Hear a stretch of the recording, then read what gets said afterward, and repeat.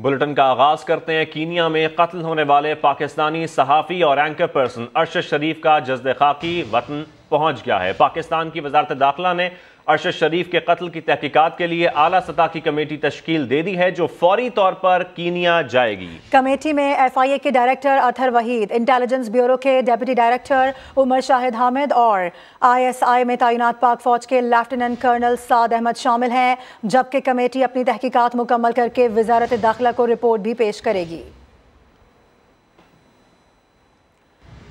आपको बताएं कि कीनिया में कत्ल किए गए अरशद शरीफ का जस्द खाकी इस्लामाबाद एयरपोर्ट पर वुरसा के हवाले किया गया। नमाज जनाजा जुमेरात को अदा की जाएगी। तर्जुमान प्रिम्स के मुताबिक सीनियर सहाफ़ी अरशद शरीफ का पोस्टमार्टम दोबारा होगा। गैर मुल्की एयरलाइन की परवाज अरशद शरीफ का जस्द खाकी लेकर रात 1 बजे के बाद इस्लामाबाद एयरपोर्ट पहुंची।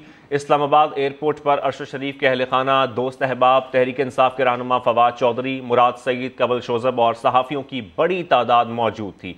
इस्लामाबाद एयरपोर्ट पर हुकाम ने अरशद शरीफ का जस्द खाकी वुरसा के हवाले किया। एम्बुलेंस के जरिए मैयत को निजी अस्पताल के सर्द खाने में मुंतकिल किया गया। अहल खाना के मुताबिक अरशद शरीफ की नमाज जनाजा कल अदा की जाएगी।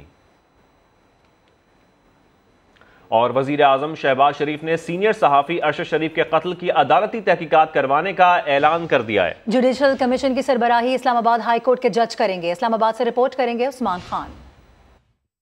कीनिया में पाकिस्तानी सहाफ़ी अरशद शरीफ के कत्ल का बड़ा वाकया। वजीर आजम शहबाज शरीफ ने भी बड़ा फैसला कर लिया। मामले की अदालती तहकीकात करवाने की ठान ली।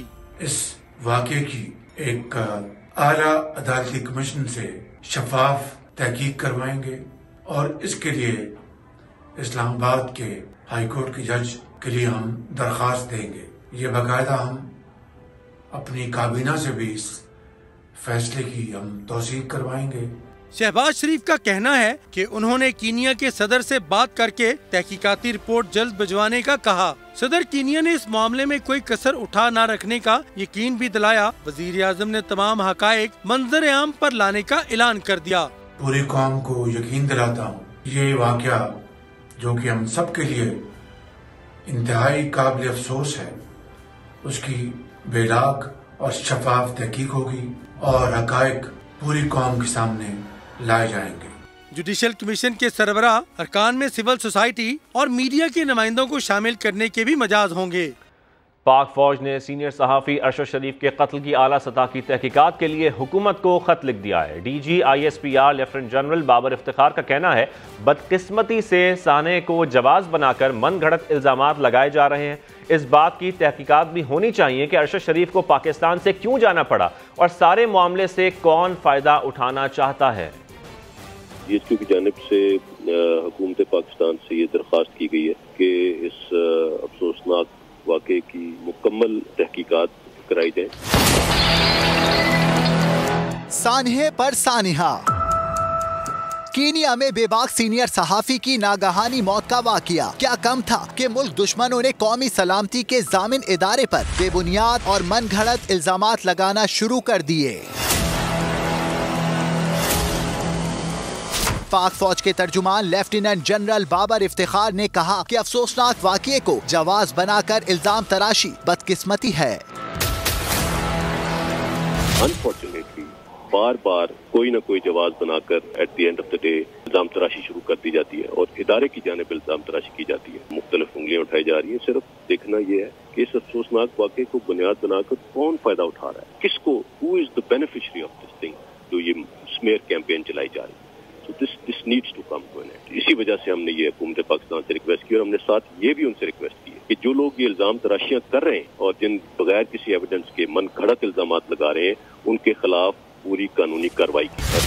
DG ISPR lieutenant general Babar Iftikhar ने अरशद शरीफ के साथ पेश आए अफसोसनाक वाकये की भी आला सतह पर इंक्वायरी और मामले को मंतकी अंजाम तक पहुँचाने पर जोर दिया। बहुत जरूरी है कि इसकी मुकम्मल तहकीकात की जाए हाईएस्ट लेवल पे। ऑल्दो कि कीनिया की गवर्नमेंट ने और उनकी पुलिस ने बड़ा वाज़े तौर पे एक्सेप्ट किया है ये इंसिडेंट जो हुआ है, ये पुलिस की गलती थी, it was a case of mistaken identity, लेकिन इसके साथ साथ उसके सर्कमस्टांसेस के ऊपर बहुत से सवाल उठे हैं। तमाम चीज़ों को आखिर तक मंतकी अंजाम तक इसको लेके जाया जा सके। मैं ये समझता हूँ ये तहकीकात सिर्फ इन्हीं सर्कमस्टांसेस की नहीं होनी चाहिए कि वहाँ पे क्या हुआ, बल्कि इन सर्कमस्टांसेस की भी होनी चाहिए कि अरशद शरीफ साहब को पाकिस्तान से जाना क्यों पड़ा, किसने उनको मजबूर किया यहाँ से जाने पे, वो कैसे गए और ये सारा कुछ कैसे हुआ। अफवाज पाकिस्तान ने हुकूमत से दरख्वास्त की है कि अफसोसनाक वाक़े पर हर पहलू से छानबीन की जाए ताकि न सिर्फ अरशद शरीफ की मौत की वजह बल्कि इससे जुड़े तमाम तर मुहर्रिकात का भी पता चल सके। अभी आपको ये बताएं कि वज़ीर-ए-आज़म शहबाज शरीफ ने रियाज में सऊदी वली अहद से अहम मुलाकात की है। शहजादा मोहम्मद बिन सलमान ने वज़ीर-ए-आज़म का पुरतपाक इस्तकबाल किया। दोनों रहनुमाओं ने पाक सऊदी अरब ताल्लुकात का जायजा लिया।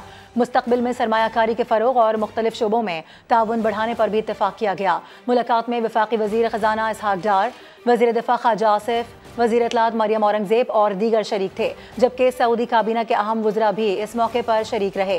वज़ीर-ए-आज़म शहबाज शरीफ का कहना था कि सऊदी वली अहद शहजादा मोहम्मद बिन सलमान से मुलाकात शानदार रही है। उन्होंने ट्वीट किया और बताया कि मुलाकात में बदलती हुई दुनिया के तकाज़ों के मुताबिक दो तरफ़ा और बरादराना ताल्लुकात को नई बुलंदियों तक पहुँचाने और बढ़ाने पर इत्तफ़ाक़ किया गया है। सऊदी वली अहद को बताया है कि पाकिस्तानी अवाम उनके दौरे के बेसब्री से मुंतज़िर हैं।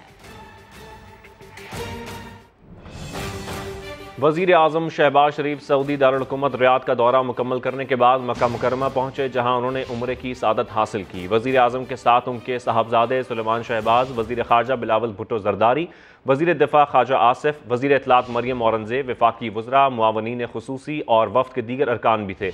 वज़ीर आज़म शहबाज शरीफ के लिए खाना काबा का दरवाज़ा भी खोला गया और उन्होंने हजर अस्वद को बोसा दिया। इस मौके पर मुल्क की तरक्की और उम्मत मुस्लिमा के लिए ख़ुसूसी दुआएँ मांगी गईं।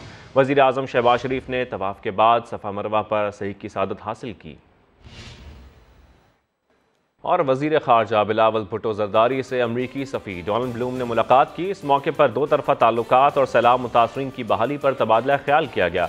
वज़ीर ख़ारजा और अमरीकी सफ़ीर ने पाकिस्तान में सैलाब से होने वाली तबाही और मुतासरीन की इमदाद व बहाली की कोशिशों पर गुफ्तगू की।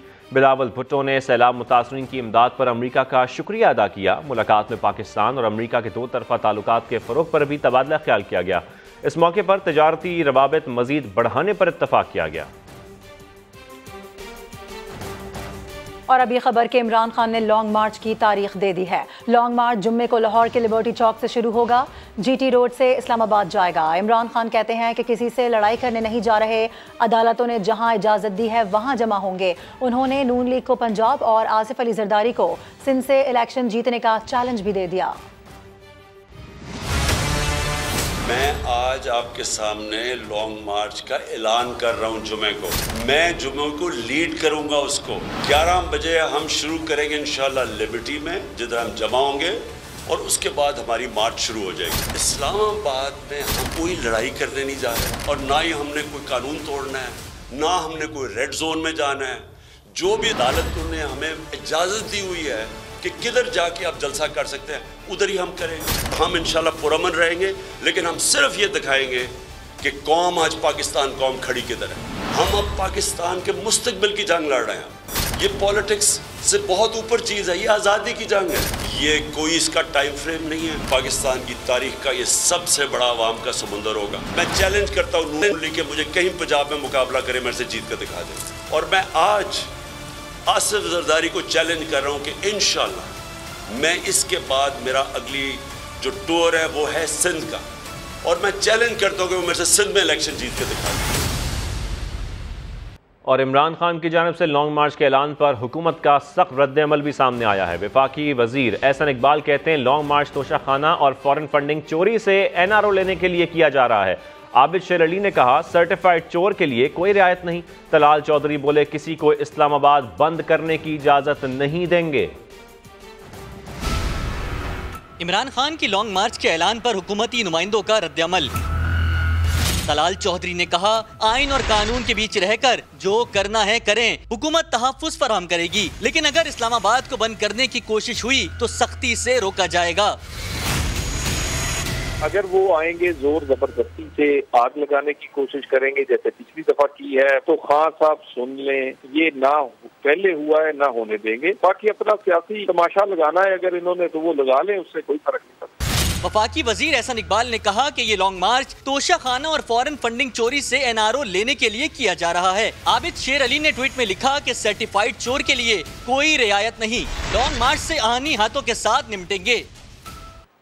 आपको बताएं कि लॉन्ग मार्च से निपटने के लिए इस्लामाबाद पुलिस ने तैयारियां तेज कर दी हैं। आईजी इस्लामाबाद ने पुलिस अफसरान का अहम इजलास भी तलब कर लिया है। आदिल तनोली हमारे साथ, उनसे बात कर लेते हैं। आदिल, कौन कौन शरीक हो रहा है आज के इजलास में?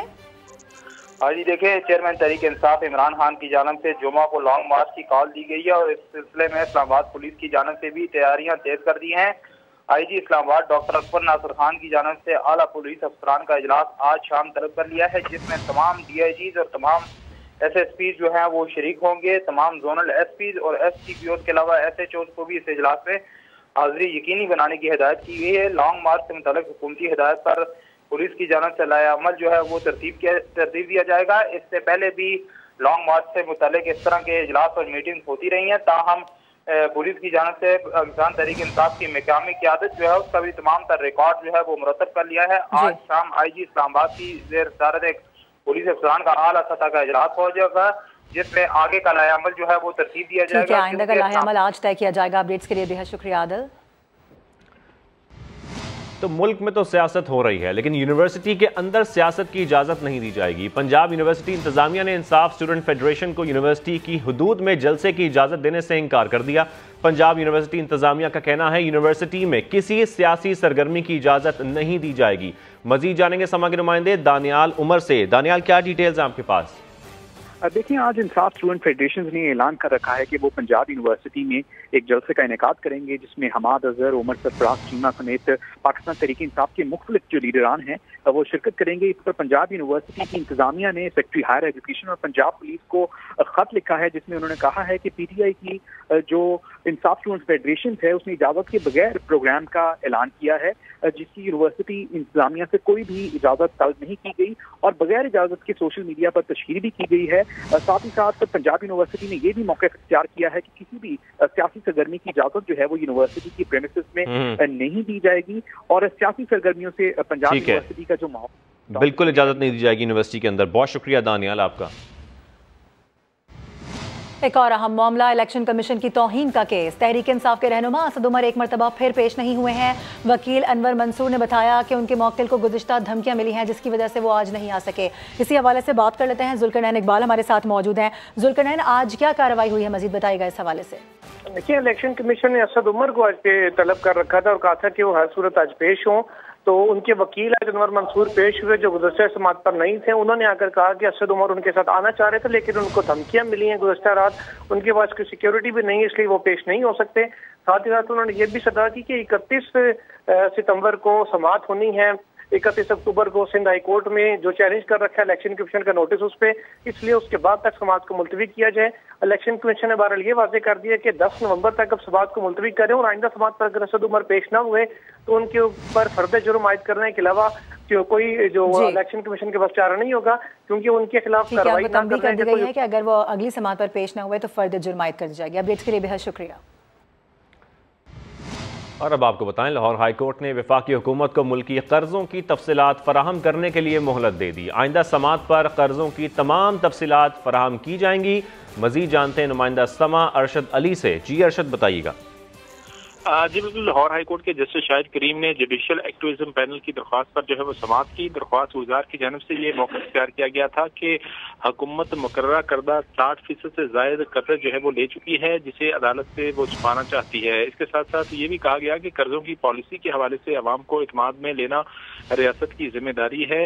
ताहम इस दरख्वास्त पर वफाकी हुकूमत के वकील ने तफसीलात फराहम करने के लिए जो है वो मोहलत की इस्तदा की, जिसे अदालत ने मंजूर कर लिया। अदालत ने आइंदा समात पर वफाकी हुकूमत के वकील को तफसीलात समेत अदालत से रूबरू पेश होने की। बहुत शुक्रिया अपडेट के लिए अरशद।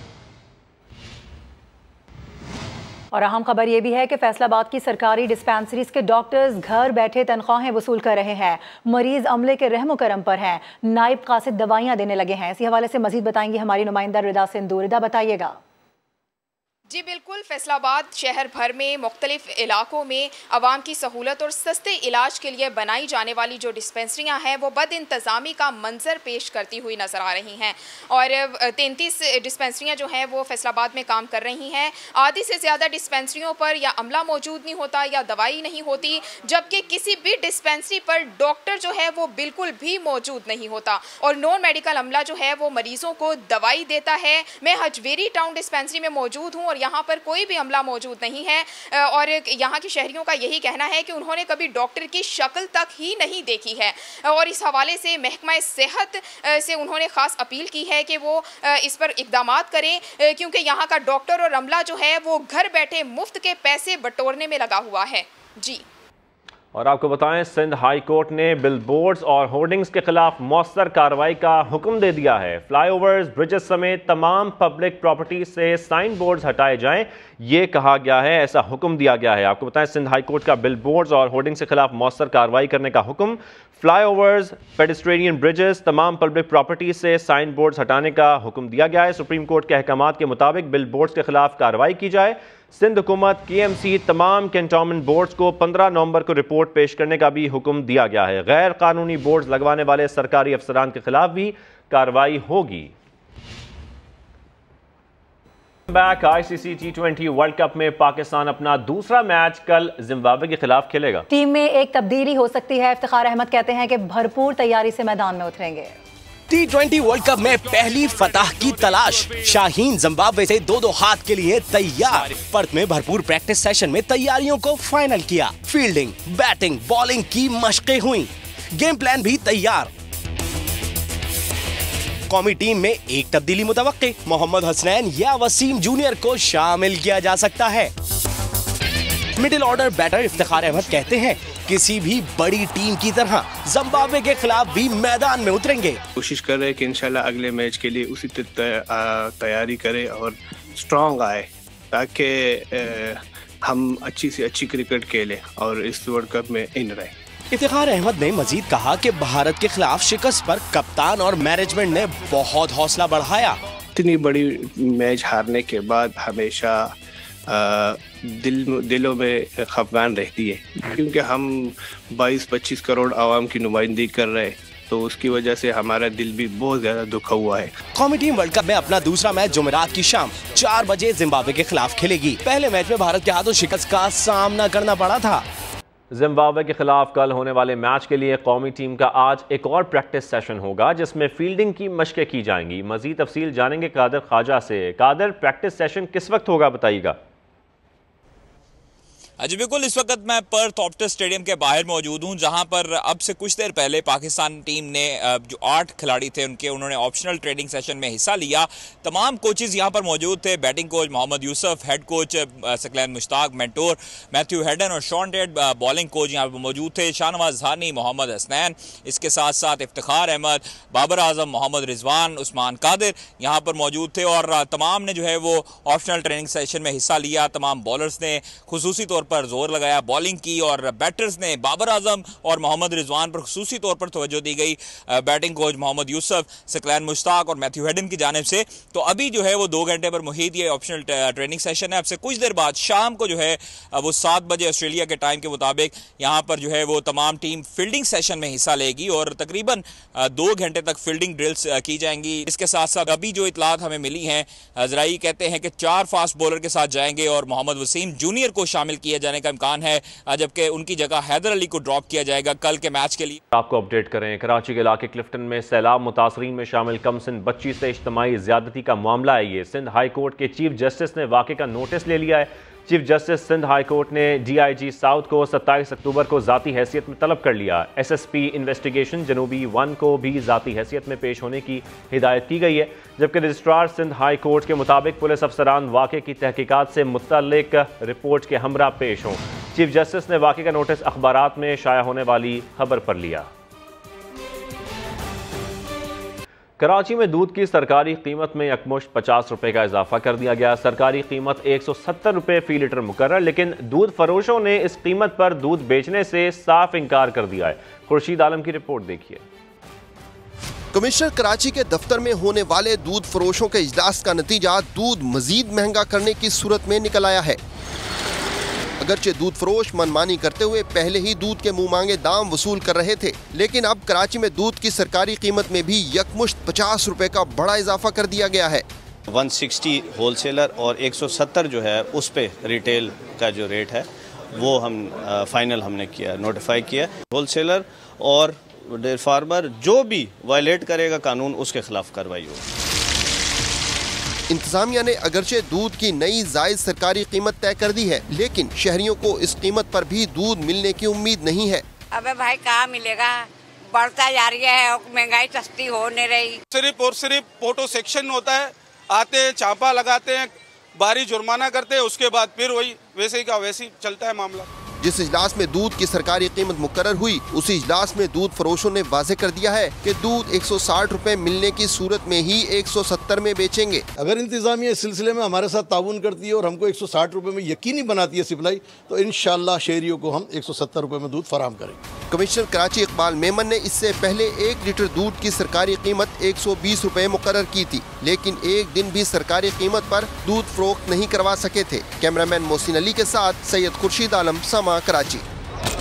लॉन्ग मार्च के ऐलान का स्टॉक मार्केट पर इंतहाई मनफी असर। ट्रेडिंग के दौरान 100 इंडेक्स में 600 से जायद पॉइंट्स की कमी। इसी हवाले से बात कर लेते हैं, रिजवान आलम हमारे साथ हैं। रिजवान, बताइएगा डिटेल्स। जी देखिए, कुछ दिनों पहले जो है स्टॉक मार्केट संभलती नजर आ रही थी, कुछ अच्छी खबरें भी थी। एशियन डेवलपमेंट बैंक से जो है $1.5 अरब पाकिस्तान को मौसूल भी हो गए हैं। इस सब के बावजूद जो लॉन्ग मार्च का ऐलान हुआ है, इसको लेकर सरमायाकार बहुत परेशान है, मोहतात हो गए हैं। और आज हम देख रहे हैं कि इसी वजह से स्टॉक मार्केट में जो है काफी मंदी है। 524 पॉइंट इस वक्त जो है 100 इंडेक्स जो है माइनस हो चुका है, और ये 42,000 पॉइंट्स की हद भी पाकिस्तान स्टॉक एक्सचेंज बरकरार नहीं रख सकी है। जी ठीक है, बहुत शुक्रिया आपका। पाक फौज के शहदा और गाजियों को खराज अकीदत पेश करने का मिशन। मुल्तान का रिहायशी साकिब रहमान साइकिल पर सफर करके 11 सेक्टर पहुंच गया। इसी हवाले से मजीद बताएंगे हमारे नुमाइंदे जुल्फ़िकार अली सिद्दीकी। जी बिल्कुल, खूबसूरत पाकिस्तान और ख़ूबसूरत गिलगित बल्तिस्तान को दिखाने के लिए मुल्तान का एक रिहायशी साकिबुर रहमान, उन्होंने अपनी साइकिल पर, पहला वो पाकिस्तानी है जो साइकिलिस्ट है जिन्होंने मुल्तान से सफ़र की और साइकिल पर 11 सेक्टर पहुंचा। इस वक्त हमारे साथ मौजूद है साकिब भाई। साकिब, सबसे पहले आपको हम खुशामदीद कहते हैं, और आप कहें कि कितने दिन का सफ़र था आपका? मुल्तान से 11 सियाचिन सेक्टर तक मैंने ये 28 दिन के अंदर अपना ये सफ़र मुकम्मल किया, मुश्किल तरीन।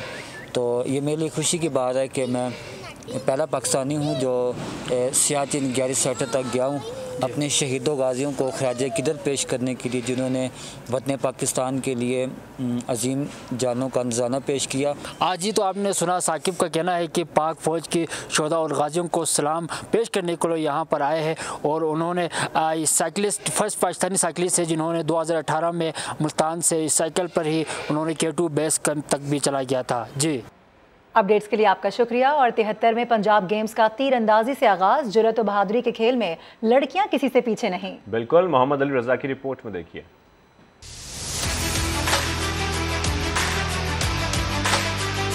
निशाने पर निशाना लगाते ये लड़के और लड़कियां पंजाब के मुख्तलिफ शहरों से ताल्लुक रखते हैं और 73वीं पंजाब गेम्स में अपनी सलाहियतों का लोहा मनवा रहे हैं। खिलाड़ी कहते हैं तीर अंदाजी से न सिर्फ जिस्मानी बल्कि दिमागी सेहत फलती फूलती है।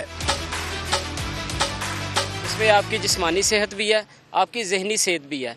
जिन बच्चों का कंसंट्रेशन वीक होता है, कंसंट्रेशन उनका स्ट्रॉन्ग हो जाता है। एडवाइस करूंगी कि वो आर्चरी की तरफ आएं, क्योंकि ये आपका फोकस स्पैन, आपकी मेमोरी, आपकी मेंटल हेल्थ को इम्प्रूव करती है। आज के दौर में बच्चों के मोबाइल और दीगर इंडोर सरगर्मियों में मशगूल रहने से बच्चे जिस्मानी और जहनी पुख्तगी पाने की बजाय कमजोरी का शिकार नजर आते हैं। ऐसे में तीरंदाजी जैसा खेल नौजवानों में खुद एतमादी पैदा करता है।